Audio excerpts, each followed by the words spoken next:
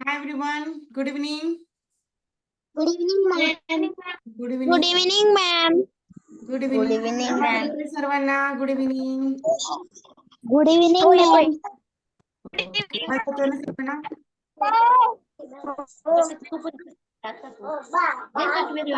मला माहिती मला ते आवडत बी नाही. धर ना गुजू. तूच धर ना. स्क्रीन Good दिसते evening, ma'am. का? गुड इव्हिनिंग बोला. स्क्रीन दिसते का पहा? हो दिसतंय. दिसते ना? ओके. मॅम स्क्रीन दिसत नाही. मॅम स्क्रीन दिसत नाहीये.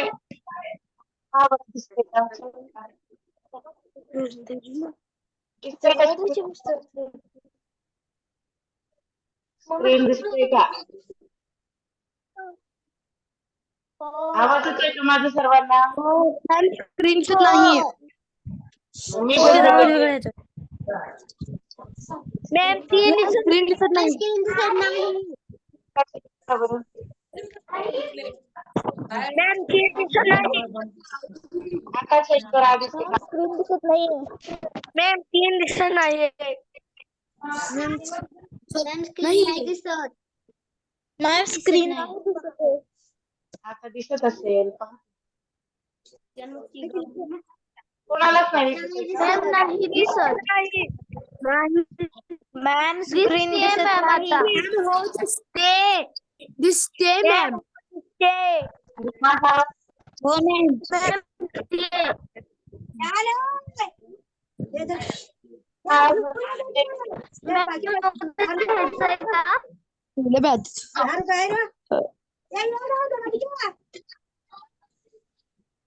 का? आता पण मी कुठं क्लास सांग की तुला बसल्या ना तिथं. माईक बंद ठेवा. मॅम बंद. प्रकरण घेतलंय पहा. समजलं तुम्हाला? मॅम कारण आहे त्याच्यामुळे आज घेतलंय. तरी उद्या तुम्हाला हे सोडवता येईल. या कारणाने हे प्रकरण घेतलंय. काही विद्यार्थ्यांच्या म्हणजे जुन्या पुस्तकामध्ये हे 4थ्या क्रमांकाचं प्रकरण आहे नवोदयचं. तर काही जणांचं 3ऱ्या क्रमांकाचं आहे पहा. नवीन पुस्तकामध्ये हेच प्रकरण मॅम माझ्या पुस्तकात 4थ्या क्रमांकाचं आहे. काही विद्यार्थ्यांची अवयव व गुणक आणि क्रमांकाचं आहे. त्यांची एकदा चेक करा. मॅम माझ्या पुस्तकात 3ऱ्या क्रमांकाचं आहे. हो 3ऱ्या आहे आणि काही जणांच्या 4थ्या आहे. अपूर्णांकाचं प्रकरण तिथे स्किप केलेलं आहे, पण असं कधीच होत नाही की अपूर्णांक येत नाही. दशांश अपूर्णांक आलेला आहे फक्त नवीन पुस्तकामध्ये. पण असं होत नाही की अपूर्णांकाच्या पदावल्या वगैरे आहेत आणि ज्या काही थोड्याशा कठीण प्रकारच्या होत्या त्या अगोदरच्या पुस्तकामध्ये होत्या 3ऱ्या क्रमांकाचं प्रकरण होतं ते आणि ते प्रकरण सुद्धा आपलं होणार आहे. आजच तेच होणार होतं पण हे छोटंसं प्रकरण आहे आणि 2 दिवस सुट्ट्या राहणार आहेत. एक सलग प्रकरण होणार नाही म्हणून मी आज हे छोटंसं प्रकरण घेतलं. अवयव व गुणक आणि त्यांचे गुणधर्म. आता अवयव काय आहे, गुणक कशाला म्हणायचे हे आपण व्यवस्थित पाहूयात. अवयव म्हणजेच विभाजक. हे आपण मागच्या प्रकरणामध्ये पाहिलेलं होतं. महत्वाचे मुद्दे थोडेच आहेत तेव्हा पाहूया. जेव्हा भाज्य संख्येस भाजकाने निशेष भाग जातो तेव्हा त्या भाजकास विभाजक व भाज्यास विभाज्य असे म्हणतात. यावेळी बाकी शून्य येते. आपण हा जो विभाजक आहे आणि विभाज्य जो आहे अपूर्णांकामध्ये सुद्धा दाखवू शकतो. जसं की 20/5. मग यामध्ये 20 हा भाज्य आहे. अंश जो असतो तो भाज्य असतो आणि हा 5 जो आहे तो विभाजक आहे. हेच उदाहरण आपण असंही लिहू शकतो 20/5 असंही लिहू शकतो आणि आपला जो काही भागाकार येणार आहे तो येणार आहे 4. तर तो झाला भागाकार. मग विभाजक, विभाज्य, विभाज्य म्हणजेच भाज्य हे लक्षात ठेवा. विभाज्य आणि विभाज्य एकच असतात. एखाद्या संख्येच्या विभाजकाला त्या संख्येचा अवयव असे म्हणतात. अवयव आणि विभाजक हे सुद्धा एकच आहेत. डिव्हायझर म्हणतो आपण त्याला, किंवा फॅक्टर. फॅक्टर हा लक्षात ठेवा शब्द, फॅक्टर म्हणजे अवयव विभाजक. उदाहरणार्थ 30चा 6 हा अवयव आहे. एक ही संख्या वगळता उरलेल्या प्रत्येक संख्येला एकाहून जास्त अवयव असतात. विनया, तुझा जो काही डाऊट आहे ना, आपण नंतर घेऊयात. प्लीज हँड रिमूव्ह करा. जसे की आता 30चे सर्व अवयव आणि मूळ अवयव हे वेगळे असतात, हे लक्षात ठेवा. अवयवांचे प्रकार असतात, सर्व अवयव, मूळ अवयव. मग सर्व अवयव काय आहेत आणि मूळ अवयव काय आहेत, हा महत्वाचा मुद्दा इथे समजून घ्यायचा आहे. आता 30चं जर सर्व अवयव असं जर म्हटलं तर 30 कोणाकोणाच्या पाड्यामध्ये येतो, त्यांचे क्रमांक लिहायचे. जसं की आता 30 हा 1च्या पाड्यामध्ये येतो, 2च्या, 3, 5, 6, 10, 15 आणि 30 या सर्वांच्या पाड्यामध्ये येतो. म्हणजे हे झाले 30चे सर्व अवयव किंवा 30चे एकूण विभाजक किंवा 30चे एकूण अवयव असं याला म्हटलं जातं. या अवयवांचे बारकाईने निरीक्षण करा. जसं की 30 गुणिले 1, 30 एक 30, 15 दुने 30, 10 त्रिक 30, 6 पंच 30. अशा प्रकारांच्या अवयवांच्या वर दिलेल्या चढत्या क्रमातील पहिल्या व शेवटचा अवयव दुसरा व शेवटून दुसरा अवयव याप्रमाणे मिळणाऱ्या जोड्यांचा गुणाकार हा 30 येतो. अशा प्रकारे 30 या संख्येचे वर स्पष्ट केलेले एकूण 8 अवयव आहेत. आता 8 अवयव आहेत हे आपण क्रॉस चेक करू शकतो. जसं की आता 8 अवयव आहेत, मग कसे चेक करायचे, तर पहिला आणि शेवटचा जर क्रमवार जर लिहितोय आपण अवयव, तर पहिला अवयव आणि शेवटचा अवयव यांचा गुणाकार ही दिलेली संख्या असते. जसं की दिलेली संख्या आपल्याला कोणाचे अवयव काढायचे होते, या 30चे. मग पहा बरं, प्रत्येक जोडीचा जो गुणाकार आहे तर तो येतो का, तेवढाच 30च येतो का? जसं की 30 आणि 1 ही जोडी घेतली, 30 गुणिले 1, 30 एक 30 झालं. हे कधी येऊ शकतं, जर क्रमवार लिहिलं तरच. आता दुसरी जोडी 15 आणि 2ची, 15 गुणिले 2 हे झाले 30. त्यानंतर 3 आणि 10 यांची जोडी करा, 3 10 30 झाले. आता उरलेले 5 आणि 6 यांची जोडी करा, 5 गुणिले 6, 6 पंच 30. या प्रकारे या जोड्या होतात. बरं, अशा प्रकारे 30 या संख्येचे वर स्पष्ट केलेले एकूण 8 अवयव आहेत. मात्र या अवयवांपैकी केवळ 2, 3, 5 याच मूळ संख्या आहेत, म्हणून त्यांना 30चे मूळ अवयव म्हणतात.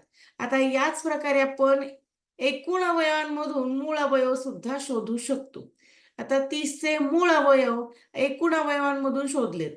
मग यामध्ये कोणकोणत्या संख्या मूळ होत्या त्या आपण शोधल्या. मग जसं की 30चे मूळ अवयव कोण आहे, तर 2, 3, 5. आणि मूळ अवयवांचा जर गुणाकार केला तर तो सुद्धा दिलेली संख्याच येतो. जसं की आता 30चे मूळ अवयव आपल्याला इथे 3 मिळाले, तर या तिघांचाही गुणाकार करून पहा, 30 आला पाहिजे. तर ते मूळ अवयव हे बरोबर आहे. 30चे मूळ अवयव पहा, 2 त्रिक 6 आणि 6 पंच 30. या प्रकारे सुद्धा आपण चेक करू शकतो. किंवा डायरेक्ट आपल्याला काढता येतात, 30चे एकूण मूळ अवयव काढा. मग 30चे मूळ अवयव कसे काढणार, कुठलीही जोडी घ्या. जसं की आता आपण जोड्या घेतल्या होत्या, 6 पंच 30, 10 त्रिक 30, 15 दुने 30, 30 एक 30. मग यातली कुठली एक जोडी घेतली. समजा 5 गुणिले 6, 6 पंच 30 झाले. मग आता यामधला 5 जो मूळ आहे, जी मूळ संख्या असते ती आहे अशीच येत असते, 5 आहे असा. त्यानंतर 6 जो आहे तर 6ची फोड करायची, 6 कोणाच्या पाड्यामध्ये आणि कोणत्या क्रमांकावरती येतो एवढंच पाहिजे. 3च्या पाड्यामध्ये आणि दुसऱ्या क्रमांकावरती, किंवा 2च्या पाड्यात तिसऱ्या क्रमांकावरती. पुन्हा एकदा चेक करा, सर्वांचा गुणाकार हा 30 आला का, 5 त्रिक 15 आणि 15 दुने 30. हे झाले 30चे मूळ अवयव. मूळ अवयव आणि एकूण अवयव वेगळे असतात. हे सर्वांना क्लिअर झालं का? हे लक्षात आलं का सर्वांना तुम्हाला, मूळ अवयव काय आहेत आणि एकूण अवयव काय आहेत? हो मॅम. म्हणजे संख्या घेतल्या, तुम्ही जे सांगितलेले त्याच्यातल्या कोणत्याही 2 संख्या घेतल्या तर त्या 30चे एक विभाजक तरी मिळतोच ना? हो. मिळतच ना. म्हणजे तुम्ही एकूण 2 3 5 घेतलेले म्हणजे 2 3 5 घेतलेले म्हणजे 2 जर मिनिट आपण कोणीच बोलू 3 नका, फक्त गुणुले विराज 5 बोलेल. हा म्हणजे विराज 15 येतं. डाऊट नीट क्लिअर नाही झाला. हा विराज पुन्हा एकदा बोल. विराज मॅम तुम्ही ते मूळ अवयव काढलेले 2 3 5 बरोबर. हा त्याच्यामध्ये आपण कोणतेही 2 आकडे जर घेतले आणि त्यांचा गुणाकार केला तर ते एक 3चे विभाजकच म्हणता येईल ना? कोणतेही 2 म्हणजे आकडे जसं घेतले तू, पण तू आता असा घेतला समजा 2 आणि 3. आता 2 आणि 3 घेतले तर याला म्हणता येईल का यांचा गुणाकार येतो का 30? जोडी पाहिजे पहिला आणि शेवटची. नाही. हा 2 गुणिले 3 6 झाले म्हणजे ते म्हणजे अवयवांमध्ये आहे ते 6 म्हणजे हा तो 6 30चा अवयव आहे. म्हणजे आपण मूळ अवयवांचा गुणाकार केला तर ती संख्या मिळते. तसं जर आपण सगळ्यांचा जर गुणाकार केला तर ती पण संख्या मिळते. म्हणजे त्या मूळ अवयवांमधून आपण एका अवयवाला गुणलं तर प्रत्येक संख्या मिळत जाते. म्हणजे 2 गुणिले 3 6 मिळाली. अ, अ, बरोबर आहे ना, बरोबर आहे. 5 मूळ अवयव 2 गुणिले ऐका. 5 10. हो मॅम या प्रकारे काढा. हे लक्षात आलं का? मी तुम्हाला काय सांगितलं ते लक्षात आलं का? मूळ अवयव तुम्ही एकूण अवयवांमधून पण काढू शकता किंवा डायरेक्ट फोड करून पण काढू शकता. मूळ मॅडम तसं नाही संख्यांना करता येणार. गुणाकार नाही करता येणार. काय कारण पृथ्वी 6 नाही समजलं. मॅम मला नाही समजलं. मी पुन्हा एकदा 1 2 4 उदाहरणं घेणार आहेत ना. आणखी उदाहरणं घेणार आहे. ज्यांना नाही समजलं त्यांनी टेन्शन घेऊ नका. आणखी भरपूर सारी उदाहरणं घ्यायची आहेत. आता उदाहरणच घेणार आहे अगोदर आणि मग संख्येला प्रकरणांना आपण सुरुवात करतो. असं कधीच होत नाही की आहे असं मी प्रकरण शिकवलंय आणि झालं, मी एक्स्ट्रा काही उदाहरण घेतलंच नाही, असं आपलं शिकवण्यामध्ये कधीच होत नाही. तुम्हाला जोपर्यंत समजत नाही तोपर्यंत उदाहरणं घेणार आहे मी. पहा, कोणत्याही संख्येस त्याच संख्येने गुणल्यास मिळणाऱ्या संख्येला त्या संख्येचा वर्ग म्हणतात आणि त्या मूळ संख्येला गुणाकार दर्शवणाऱ्या त्या संख्येचे वर्गमूळ म्हणतात. आता हे काय आपल्याला नवीन नाही. आता कोणत्याही त्याच संख्येने त्याच संख्येला गुणायचंय म्हणजे 5 ने 5 लाच गुणायचंय म्हणजे झाला 5चा वर्ग. 5 गुणिले 5 हा होतो 25. मग 25 काय झाला 5चा वर्ग व त्या मूळ संख्येला गुणाकार दर्शवणाऱ्या त्या संख्येचे वर्गमूळ. मग वर्गमूळ कुठलाही 1 5. कुठलाही 1 5 म्हणजे त्या संख्येचं वर्गमूळ. जसं की इथं 8 गुणिले 8 64 आहे. 64 हा 8चा वर्ग आहे तर 8 हे 64चे वर्गमूळ आहे. हे आता आपल्यासाठी काही नवीन नाही. आता हा मुद्दा होता तुमचा की आम्हाला हे समजलं नाही. आता आणखी वेगवेगळ्या ट्रिक तुमच्यासाठी. आता वेगवेगळी उदाहरणं घेऊयात आणि त्यानुसार जाऊयात. जसं की आता आपण एक लहान संख्या घेऊयात. समजा 34चे मूळ अवयव सांगितलं तुम्हाला. 34चे एकूण अवयव पण काढूयात आणि मूळ अवयव पण काढूयात. अगोदर 34चे एकूण अवयव काढून घेऊयात आपण. 34चे एकूण अवयव पहा आणि मूळ अवयव पहा. एकूण अवयव. आता 34चे एकूण अवयव म्हणजे 34 कोणाकोणाच्या पाढ्यामध्ये येणार आहे तो लिहायचा आहे. 1च्या पाढ्यामध्ये येतो, 2च्या येतो. आता 4 आणि 3 7 होतो म्हणजे 7 तर काही 3च्या पाढ्यामध्ये येत नाही कसोटीनुसार, म्हणून 3च्या पाढ्यामध्ये येणार नाही. 4च्या येत नाही, 5च्या येत नाही, 6च्या पण येत नाही, 7च्या येत नाही. मग 8च्या येतो का? नाही. 9च्या असं चेक करत करत जायचंय. मग आता इथे 34 जो आहे तर आपल्याला संख्या अगोदर निम्मी करून पाहावी लागते. जसं की 17 दुने 34. म्हणून 17च्या पाढ्यामध्ये येणार आहे आणि 34च्या पाढ्यामध्ये 34 येणार आहे. मला सांगा या व्यतिरिक्त आणखी 34 कोणाच्या पाढ्यामध्ये येतो का? पहा बरं, पाहिला का तुम्ही? 34 कोणाच्या पाढ्यामध्ये आला का? माईक ऑन आहेत सर्वांचे आता. या व्यतिरिक्त येतो का? नाही. आता याची आपण जोडी करून पाहू शकतो. आता जोडी कसं करणार पहा, आपले जे आहेत आपण जे काही एकूण अवयव काढलेले आहेत तर त्यांची जोडी. जसं की 34 गुणिले 1 यांचा गुणाकार 34च आला पाहिजे. 17 आणि 2 यांचा गुणाकार दुसरी जोडी 2 गुणिले 17 हे 34च येतात. म्हणजे आपण जे काही मूळ अवयव काढलेले आहेत ते अगदी बरोबर आहे. बोला प्रांजल. आता यांच्यामधूनच आपण मूळ अवयव सुद्धा काढू शकतो हो की नाही? आता 34चे मूळ अवयव 34चे मूळ अवयव. एक 2 आणि 17. हो, 2 आणि 17. आता एकूण अवयवांमधूनच आपण काढू शकतो 2 आणि 17, किंवा असंही करू शकतो. आता 34 कोणाच्या पाड्यामध्ये येतो? तर 34 गुणिले 1, 1 जर घेतला तर 1 ही काही मूळ संख्या नाही. मूळ संख्याच लागते. मूळ अवयव येण्यासाठी मूळ संख्याच असावी लागते. आणि प्रत्येक संख्येचे मूळ अवयव निघत असतात, हे पण लक्षात ठेवा. जसं की आता 2 आणि 17 हे झाले 34चे मूळ अवयव. मॅम मूळ अवयव काढण्यासाठी दोन्ही संख्या मूळ असाव्या लागतात. हो, मूळ अवयवासाठी दोन्ही संख्या मूळ असाव्याच लागतात. कधी 2 येतील, कधी 3 येतील, कधी 4 येतील. सर्व संख्या मूळच असतात, म्हणूनच त्यांना मूळ अवयव म्हटलं जातं. पण एकूण अवयवांमध्ये मात्र असं नसतं. एकूण अवयवांमध्ये संयुक्त संख्या सुद्धा येऊ शकतात. जसं की 34 हा संयुक्त आहे. हे समजलं? आता मला सांगा, आपण 45चे एकूण अवयव आणि मूळ अवयव काढून घेऊयात. 45चे अगोदर एकूण अवयव काढूयात. 25चा पहिला अवयव सांगा, पहिला येतो. अवयव कोणता असेल? एक, अगदी बरोबर. त्यानंतर 5, अगदी बरोबर. पुढे 8च्या पाड्यामध्ये किती येतो? 9 येतो. हा.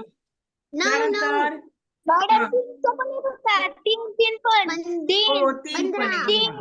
3 आणि 4चा पण येतो इथे मॅम. राहिलं 3चा राहिला क्रम. 3, 4च्या 3 आणि नाही येत. 4 पण येतो मॅम. 4च्या पाड्यामध्ये 5, कसा येईल 45? 3 नंतर 5.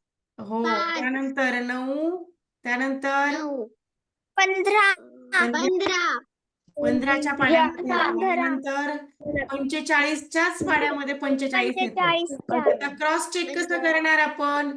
आपले काही अवयव विसरलेत का, हे आपण चेक करू शकतो. अगदी बरोबर आहेत का, का एखादा नंबर राहिला, तर या प्रकारे जोड्या चेक करायच्यात. 45 गुणिले 1 हे 45 येतात. प्रत्येक 2 संख्यांचा, म्हणजे पहिली आणि शेवटची टीचर मी संख्या. करून पाहिजे सर्व बरोबर हो. आहेत. आता दुसरी जोडी आपण चेक करूयात. 3 आणि 15. 15 त्रिक 45. आता 9 आणि 5. 5 गुणिले 9 45 होतात. ओके, झाल्या का? सर्व जोड्या मिळाल्या का? या प्रकारे आपण क्रॉस चेक करून पाहिजे एकूण अवयवांचं. म्हणजे असा तुम्हाला प्रश्न आला, 45चे एकूण अवयव किती आहेत?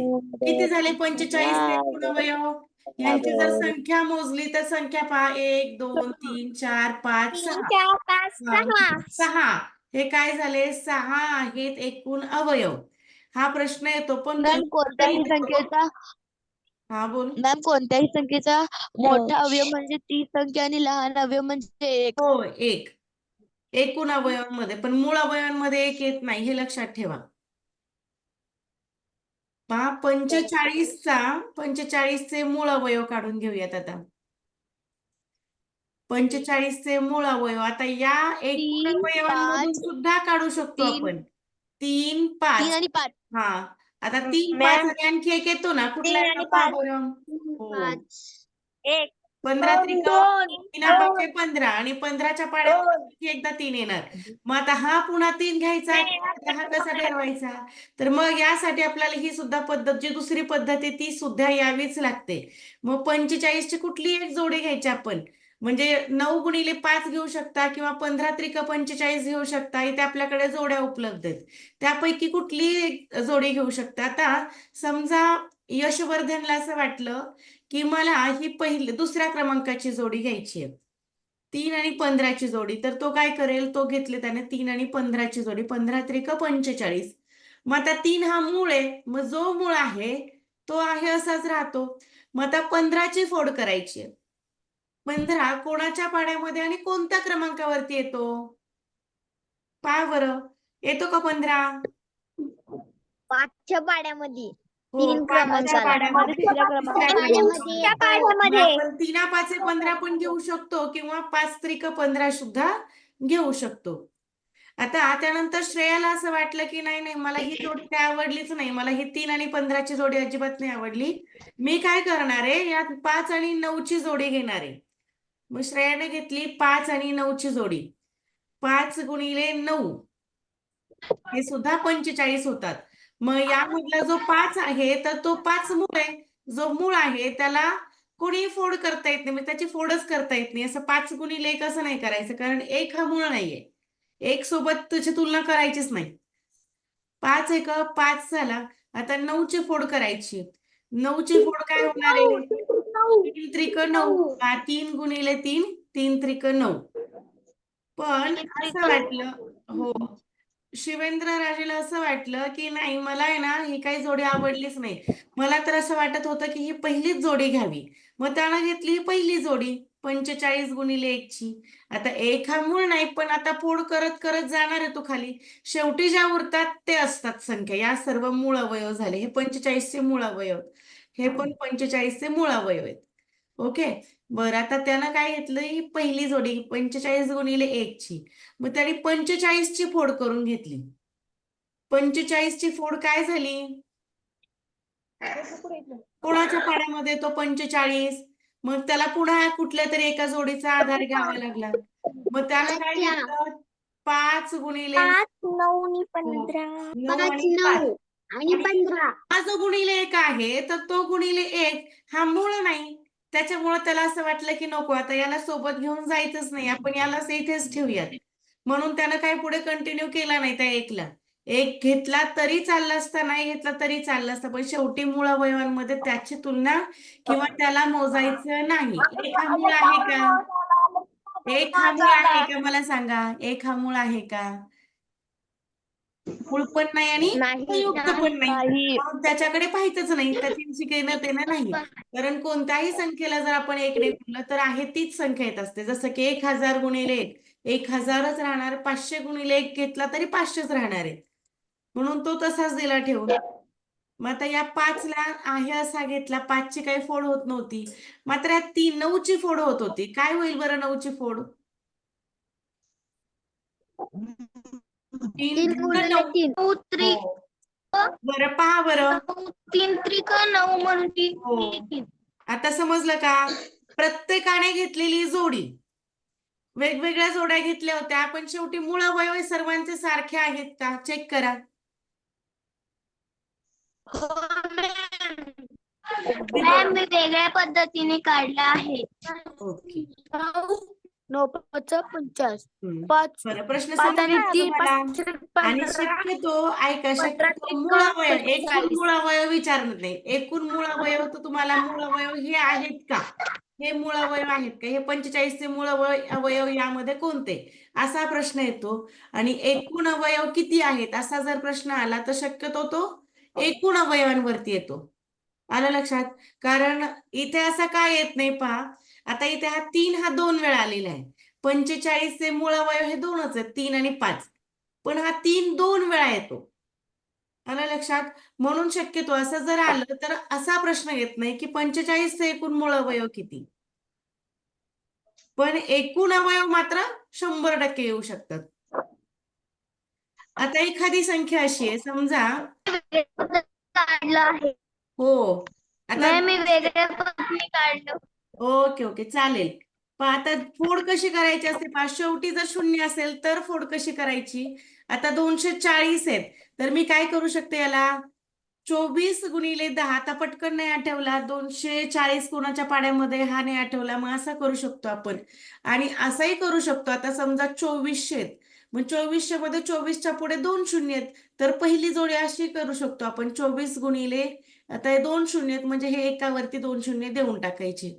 आता समजा 24,000 आले असते, तर काय केलं असतं? 24 गुणिले 1000 या प्रकारे आपण फोड केली असते. समजलं तुम्हाला? आता एखाद्याची पुन्हा एकदा मूळ अवयवांची जोडी काढून पाहूया. 24 जो आहे, 24 कोणाच्या पाड्यामध्ये येतो? 8 त्रिक 24. 8 गुणिले 3 किंवा 12 दुने 24 कुठलीही जोडी घेऊ शकता. 10 ऐवजी काय घेणार तुम्ही? 5 गुणिले 2 किंवा 2 गुणिले 5. यांची बदली केली, अल्टरनेट केलं एकमेकांना तरी चालतं. गुणाकारामध्ये बदल होत नाही. आता यामध्ये 3 मुळे, 5 पण मुळे, 2 पण मुळे, यांना आहे असंच घ्यायचंय. पण यांच्यामधला 8 हा संयुक्त आहे. मग संयुक्त असेल तर त्याची 100% फोड होते. मग 8 ची फोड काय करावी लागेल आपल्याला? बे दोन्ही 4 आणि पुन्हा 4 दुने 8. आपण डायरेक्ट 2 गुणिले 3 वेळा असंही घेऊ शकतो. 3 वेळा डायरेक्ट 2 सुद्धा घेऊ शकतो आपण 8 ऐवजी, किंवा 4 गुणिले 2 पण घेऊ शकता, पण एक स्टेप आणखी वाढणार तुमची. आलं लक्षात? अशी 8ची फोड आपण डायरेक्ट घेऊ शकतो. 8ची फोड बे दुने 4 आणि 4 दुने 8. 3 वेळा 2चा गुणाकार असाही घेऊ शकतो. पुन्हा उरलेला आता हा जो आहे 3 मुळे, 5 पण मुळे आणि 2 पण मुळे, यांना आहे असं घ्यायचं. हे पूर्ण प्रकरण याच वरती आधारित आहे. हे बेसिक समजलं, मला तुम्हाला एकही प्रश्न सांगायची गरज नाही, एवढे सोपे प्रश्न यावरती असतात. पण हे महत्वाचं आहे, एवढं समजून घेणं. मूळ अवयव आणि एकूण अवयव. मॅडम अजून बनतात. 1 गुणिले 240. 1 गुणिले 240 1ला घेऊ नका, असं मी खूपदा सांगितलं तुम्हाला. आलं लक्षात? एक मूळ आहे का? एकची जोडी शक्यतो घ्यायची नाही. तुम्हाला उदाहरण म्हणून घेऊन दाखवली होती मी एकची. एक हा मूळ नाहीये, एकला शेवटी आणायचंच नाही. आता या 24ची फोड आपण पुन्हा एकदा पहिल्यासारखी करू शकतो. हो, 24ची फोड अगोदर 3 8 24 केला, आता आपण असं वाटलं की नाही मला आहे ना 6 चोक 24 करायचं आहे. मग ही फोड घेतली मी 6 गुणिले 4ची. 50ची फोड घेतली मी 25 चोक 100. 100च्या ऐवजी या प्रकारे लिहिले 25 गुणिले 4.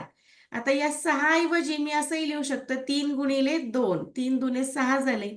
4च्या ऐवजी मी घेतले 2 गुणिले 2, म्हणजे हे सुद्धा 4 होतात. या 25च्या ऐवजी 5 गुणिले 5 असे 25 घेतले, आणि या 4च्या ऐवजी 2 गुणिले 2 असे घेतले. शेवटी फक्त चेक करायचंय या सर्व मूळ संख्या आहेत का? 3 मुळे, नंतरचे प्रत्येक 2 मुळे, 5 मुळे आणि यानंतर येणारा 2 सुद्धा मूळ आहे. हे समजलं का तुम्हाला कशा प्रकारे फोड करावी लागते? हो. हा. आता समजा एखाद्याशी वेगळी संख्या आली. समजा तुम्हाला आला 630. मग आता पटकन काही आठवत नाही 630. मग पहिली जोडी कोण घेणार तुम्ही? शून्य असलं की जोडी फिक्स ठेवायची. कोणाच्या पाड्यामध्ये येईल, कसा येईल, काय असेल पहिली जोडी? 6 गुणिले 30. एकच्या पाड्यात 2 4 3 63 गुणिले 10. हा, काय करावं लागेल? 63 गुणिले 10. 100 कसा? 100 नाही, 100 नाही, 63 गुणिले 10. लक्षात ठेवा, मी तुम्हाला मुद्दामून शून्याची उदाहरणं घेते. शेवटी शून्य असणार आणि बऱ्याच वेळा शून्यावाला येतात. मग आपल्याला आठवत नाही एवढा मोठा नंबर कसा शोधायचा. शून्य असेल तर अतिशय सोपं आहे. एक शून्य आहे ना, तर शून्य काढायचा, आहे ती संख्या ठेवायची. पहा, मी शून्य काढला, आहे तसा 63 लिहिला आणि एकावरती शून्य दिला, म्हणजे 10 सोबत गुणाकार केला. 63 गुणिले 10, 63 दाई 630. शेवटपर्यंत लक्षात ठेवा, शेवटपर्यंत प्रत्येक जी लाईन आहे की नाही 63 गुणिले 10 हे 630च होणार. आता मी यांची जरी फोड केली की नाही 63ची, समजा 7 9 63 घेतला, पुन्हा आता 10च्या ऐवजी 5 गुणिले 2 घेतला. पुन्हा एकदा चेक करा, यांचा सुद्धा सर्वांचा गुणाकार हा 630 होतो का?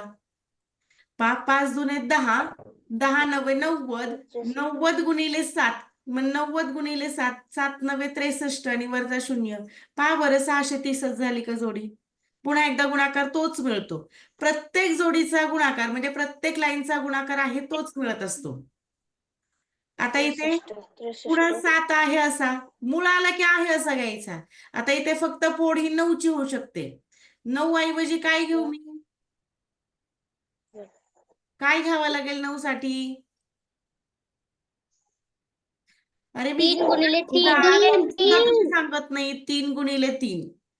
समजलं की नाही? सोपं आहे, सोपं आहे, एकदम सोपं आहे. हो, समजलं सर्वांना? हो. बर, आता आणखी एक 2 शून्यवाली जोडी घ्यायची आहे. मला फक्त पहिली जोडी सांगायची, तुम्ही एवढंच करायचंय. पहा, 270 नाही, आपण 2700 घेऊयात. मला सांगा आता या संख्येची पहिली जोडी काय घेणार तुम्ही? 27 गुणिले 10. 27 गुणिले 100. अगदी बरोबर. अशी फोड करायची, शून्यांची आणि शून्या व्यतिरिक्त अंकांची. शून्या व्यतिरिक्त अंक आहे 270 गुणिले 10. हा पहा 270 आता गुणिले मला 10. फक्त पूर्ण सांगाशी समजा 27 एक 27 आणि 2 शून्य बरं आता मला सांगा 3450 आहे यांची पहिली फोड कशी सांगणार तुम्ही मला पहिली जोड 100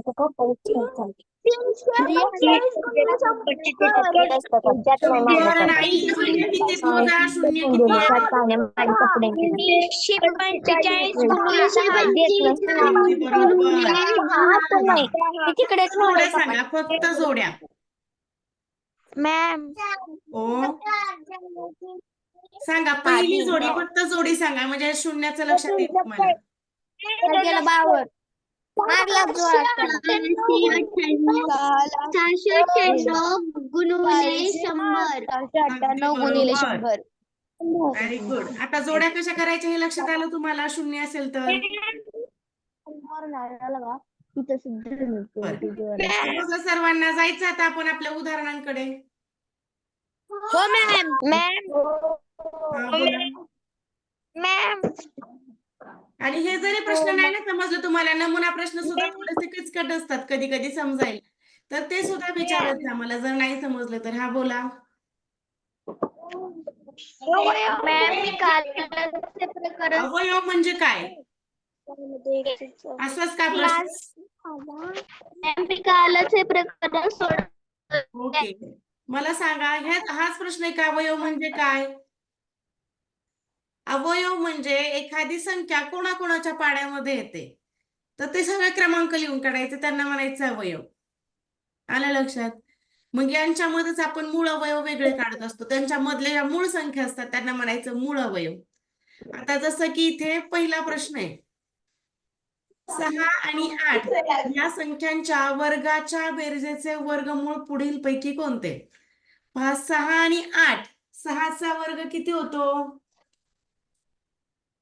36 36 व्हेरी गुड बर 6चा वर्ग 36 आणि 8चा वर्ग 36 आणि 64 यांची जर बेरीज केली तर ही बेरीज किती होते 100 100 मग इथे प्रश्न काय या वर्गाच्या बेरजेचे वर्गमूळ आता जी काही बेरीज आली तर याचं वर्ग निघू शकतं का 81 पर्याय क्रमांक कोणाचा 3 वर्ग आहे हा 100 कोणाचा वर्ग आहे 10चा आलं उत्तर सोपं आहे की नाही प्रश्न यावरती पुढे पुढे आता आपल्याला अवयवांवरती पूर्ण प्रश्न आहेत दुसरा प्रश्न आहे पहा 12 आणि 15 यांचे साधारण अवयव आहेत साधारण म्हणजेच कॉमन असणारे सामायिक असणारे साधारण म्हणजे 1 आणि common 3 किंवा सामायिक हे लक्षात ठेवा याला सामायिक असं म्हटलं जातं मग कोणते आहेत म्हणजे सारखे का हो पर्याय क्रमांक 1 अगदी बरोबर आहे पर्याय क्रमांक 1 बरोबर आहे पहा काय करावं लागेल आपल्याला एवढंच काढायचंय की 12 कोणाकोणाच्या पाड्यामध्ये येतो 1च्या येतो 2च्या येतो 3च्या येतो 4च्या येतो त्यानंतर 6च्या येतो 12च्या येतो बरोबर आता 15 कोणाकोणाच्या पाड्यामध्ये येतो 1च्या 3च्या 5च्या आणि त्यानंतर 15च्या मग यांच्यामधले कॉमन फॅक्टर काढायचे एकूण अवयवांमध्ये 1 हा येतो पण मूळ मध्ये येत नाही हे लक्षात ठेवा सामायिक मध्ये येईल एकूण मध्ये येईल पण मूळ म्हटलं की 1चा संबंध नाही मग 1 आणि 3 या व्यतिरिक्त पहा बरं कोणी कॉमन दिसतंय का यामध्ये 1 आणि 3 यांच्यामध्ये कोणी कॉमन आहे का 12 आणि 15च्या अवयवामध्ये नाही नाही मग पर्याय क्रमांक 1 हे या प्रश्नाचं योग्य उत्तर आहे बरं आता हे प्रश्न समजलेत ना तुम्हाला आता मी सर्वांचे माईक थोड्या वेळ म्यूट करते आता मला पटापट प्रश्नांची उत्तरं तुम्ही द्यायची आहेत चॅट बॉक्स मध्ये त्यानंतर प्रत्येक प्रश्न मी तुम्हाला एक्सप्लेन करते तिसरा प्रश्न पहा आपला एका संख्येचे वर्गमूळ 13 आहे तर त्या संख्येची दुप्पट होईल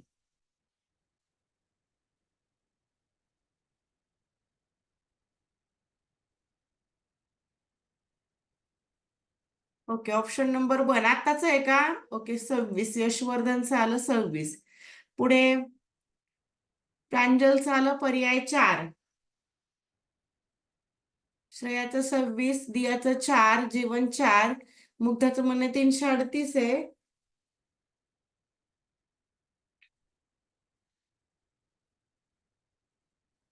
ओके, बरं आता प्रश्न नीट समजून घ्या. एका संख्येचं वर्गमूळ 13 आहे. मग 13 हे वर्गमूळ कोणाचं आहे? तर 169चं वर्गमूळ हे 13 आहे. म्हणजे आपली संख्या जी आहे अपेक्षित तर ती 13च आहे. मग फक्त 13चेच दुप्पट करायचे. मग 13 गुणिले 2 करायचे. 13 गुणिले 2 हे झाले 26. वर्गाची दुप्पट करू नका. 26 हे उत्तर अगदी बरोबर आहे.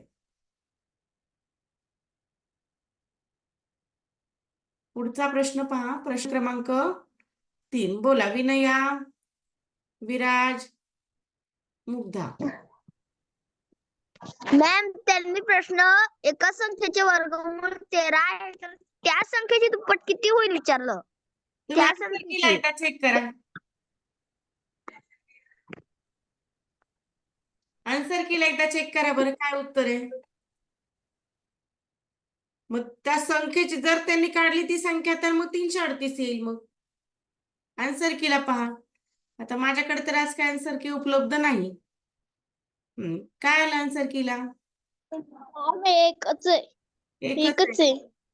बरं बरं, चला माझं कन्फ्युजन झालं. एका संख्येचं वर्गमूळ 13 आहे तर मग 13 वर्गमूळ 13 हे वर्गमूळ 169 या संख्येचे आहे म्हणून 338 उत्तर आहे. बरोबर आहे. मग त्या संख्येची दुप्पट म्हणजे 169ची दुप्पट. 169 गुणिले 2. हो, मग आता एककावरून जाऊ शकतं. तुम्हाला दुप्पट नाही आठवलं की 9 दुने 18 होतो दुप्पट केलं की. मग बरोबर आहे, हा 338 असंही जाऊ शकता तुम्ही. कारण एकक स्थानी 8 कुठेच नाही, यानुसार सुद्धा जाऊ शकता तुम्ही. पुढचा प्रश्न पहा. पुढील प्रश्नसंचाचे निरीक्षण करून उत्तर द्या. आता इथे एवढं काही पाहत बसण्याची गरज नाही, फक्त आपल्याला एवढं शेवटीच माहिती आहे. मॅम मी आन्सर पाठवले आहे. 73 गुणिले 73 वजा 72 गुणिले 72. 73चा वर्ग करा आणि 72चा वर्ग करा वजा. एवढं केलं तरीही चालतं. आणि मॅम वरची ट्रिक पण खूप सोपी आहे. वरच्या ट्रिक नुसार गेले तर तसंही चालतं, काही अडचण नाही. हा, आता इथे एक एक प्रकार सोडवून दिलेला आहे. इथं निरीक्षण करा आणि म्हणजे या प्रकारे उत्तर येतंय. तर तुम्ही असंच करत करत गेलात तर इथे शेवटी काय होईल? मग एवढा असा जर प्रश्न असेल ना मोठा, तर शेवट हे तर वरती खूप महत्वाचं आहे. तर हे काय आहे? तर हे आपलं समीकरण आणि प्रश्न एवढाच असतो. खरा म्हणायचं तेवढाच असतो. चला, किती आला? 73चा वर्ग. 73 गुणिले 73 किती झाले? मॅम मी वर्ग नाही काढला. मी 73 प्लस 72 केले. हो, 73 प्लस 72. हो मॅम, तसंच आहे वरती. हो, तसंही चालतं. त्यानुसार सुद्धा चालेल. किंवा डायरेक्ट या प्रकारे सुद्धा गेलात तरी चालेल. समजा 73चा वर्ग 5329 आणि 72चा वर्ग किती येईल पहा? 72चा येईल 5184. यानुसार चालेल. मॅम तीन दिसत नाही. स्क्रीन कोणालाच नाही दिसत आहे का? दिसती मॅडम. मॅम दिसत आहे. मॅम आता दिसते.